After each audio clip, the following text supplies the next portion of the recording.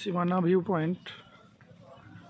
রাস্তার ডান দিকটা নেপাল, এই দিকটা অর্থাৎ আমরা এখন নেপালের জমিতে আছি, আর রাস্তার বাঁ দিকটা ওই দিকটা হচ্ছে ইন্ডিয়া। এখানে কোনো বর্ডার ডিভিশন নেই, এই রাস্তাটাই হচ্ছে মার্ক। আর এই রাস্তার দায়িত্বে আছে বিএসএফ। এখানে মার্কেট হয় সীমানা ভিউ পয়েন্টে, কিছু কেনার থাকলে। এদিকটা হচ্ছে নেপাল, আমরা এই নেপালের ল্যান্ডেই আছি। ওই নেপালের গ্রাম দেখা যাচ্ছে।